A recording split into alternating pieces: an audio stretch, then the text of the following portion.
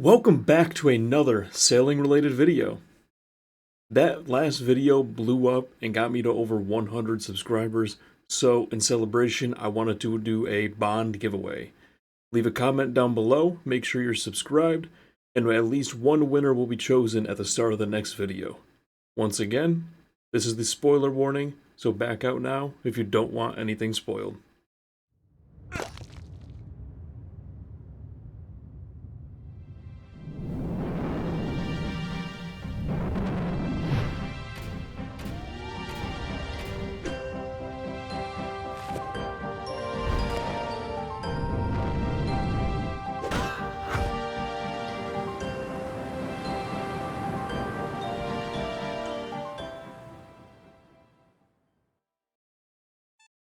With that out of the way, I'm bringing more information that was not in my previous video, as well as a few fixes. I'll also be making available a spreadsheet that I created that shows the available resources and their exact quantities, qualities, and a bit of other details that are also involved for it. Also, I would like to get your opinions on creating a sailing locked Iron Man account. Give me some suggestions on rule sets or ideas, what interest is. I'm just looking for some broad opinion on this. And now, we are off to start the video with the Cannonball furnace. So for the Cannonball furnace, the Wiki and a bunch of other sources still say that it's located on Brittle Isle, and there was some debate on the last video on whether it did get moved to Grimstone or not. I did get access to this area, which is the dungeon on Grimstone, and as you can see, there is the ancient furnace here, Cannonball's Cannonball mold. So, looks like it did get moved. I'm going to take that as the full confirmation. There is also an ancient mold next to it with an inspect option. To me, currently we don't know its use, but my theory is that this furnace is also able to craft dragon items such as the dragon nails, dragon keel parts, things of that, just like the dragon forge in the ancient cavern is used to make the dragon plate body and the dragon kite shield. And there is the fairy ring right here, as well as this agility shortcut, which just leads over this entire area. A second point that I missed in the initial video was on Laguna Aurora. There is actually a grown spirit tree here already, so it's not a spirit tree that you would have to plant. It is already there, so it will not take up one of the spirit tree spots in your farming. A third fix to the previous video is on Charred Island. I did mention I thought that there might be some lead rocks on it, but it does appear that they are coal, not lead. But now that I have this view of the dungeon as well, I can show you guys what the strange rocks, this is the rubium. The strange rocks will give you splinters directly, and the large rocks will give you the larger the rubium geodes, which can then be broken down into these splinters. And while we're here, I'll just do a little overview of the entire area. There's a lot, this is a pretty large area overall, and the fishing spot should be along this lava lake down here. There are some stone chests around, and other chests.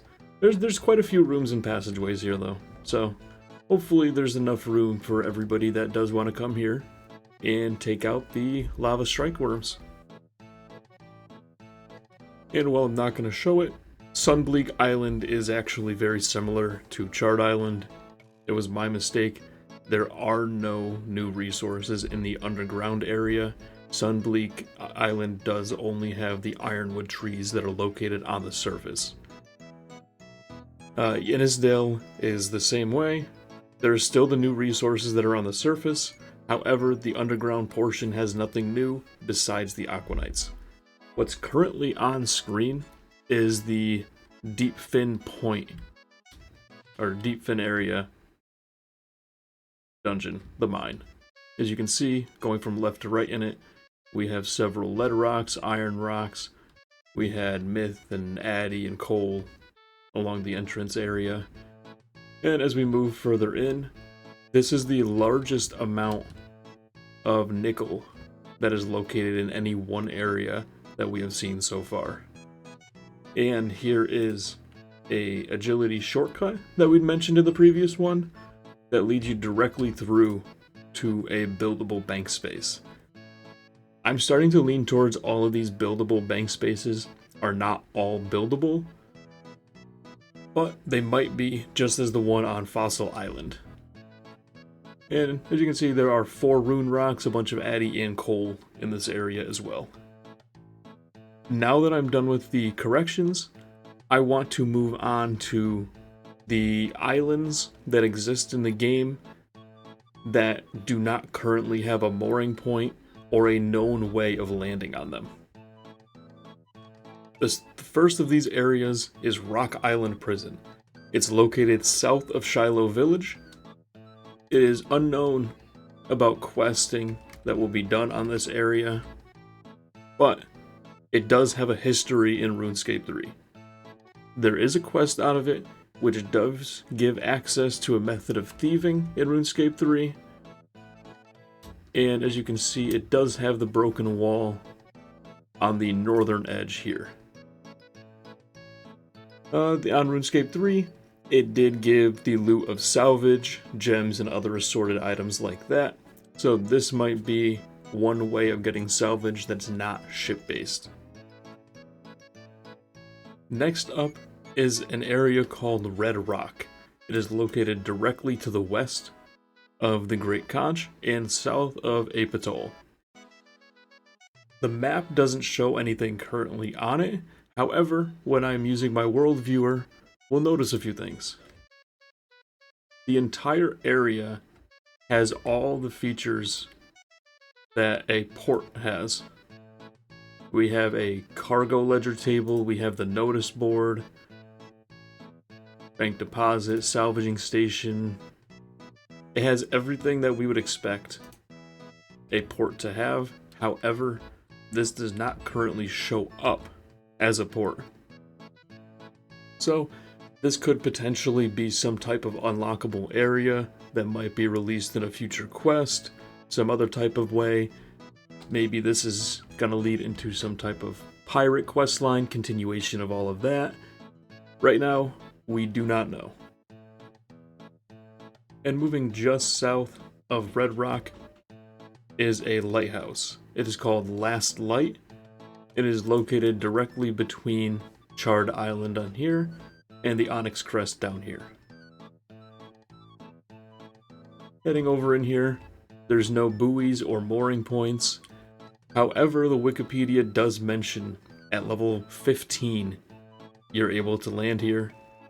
Currently there's no use. There's no known use for anything on this island.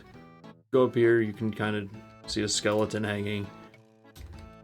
Going through the floors, there's really nothing of much interest that you can see going on here. At least in the current iteration. And lastly is the Isle of Serpents.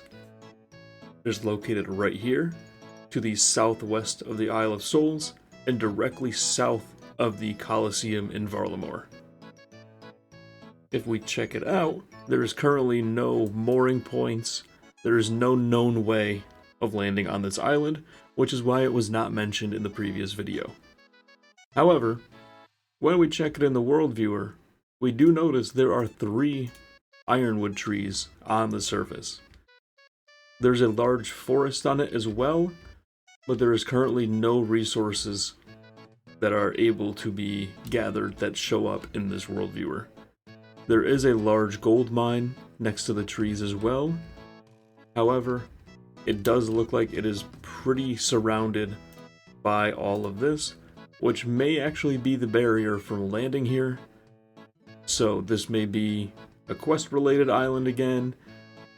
Maybe you shipwreck, you land here. Something going on. However, it's a very large island that is left inaccessible currently.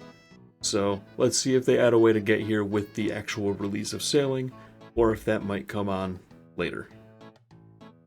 Now that I've finished covering all of the islands that have any type of resources or items, or maybe not items, but islands that are currently inaccessible, I want to go over the Coral Nursery, which is located on the east coast of the Great Conch.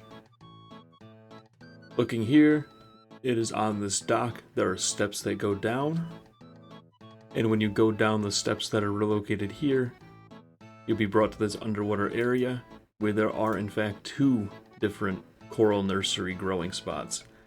The world map currently only shows 1 on the in-game. However, there are 2. So that's double the amount of coral crops that you can grow for all of our potions. The spreadsheet that I've created, along the left-hand side, you've got the names of every location. The next one is the region, so the region is which ocean it is located in, as well as the level requirement to be there. I go over Jatoba, Camphor, Ironwood, Rosewood, Lead, Nickel. I also have Rubium listed, even though the only location is Charred Island, as well as if there are fishing spots. Fishing spots, we currently don't know what any of them are for, so the vast majority of them are probably for the types of fishing spots we currently have in the game: shark, anglerfish, lobsters, swordfish, things like that. But I didn't want to disregard them completely, so we just have a simple yes or no, except for Isle of Souls, which already existed in the game. On the left, they are color-coded as well, with the blue being the ports, and the purple being the mooring points. It's a quicker video than the last one, but if you like the content, please give me a like, leave a comment with your opinion of sailing, with the Sailing Locked account. Don't forget to subscribe, and leave that comment if you want a chance for the bond giveaway. I will see you all when sailing is out.